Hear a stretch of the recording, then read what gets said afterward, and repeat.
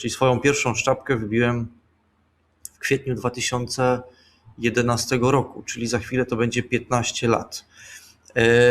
I wtedy wydaje mi się, że jeszcze było zbyt wcześnie, bo ta moja pierwsza firma nie przetrwała.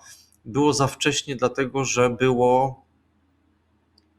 srebro było zbyt tanie, żeby mogło wzbudzić zainteresowanie większości posiadaczy surowca.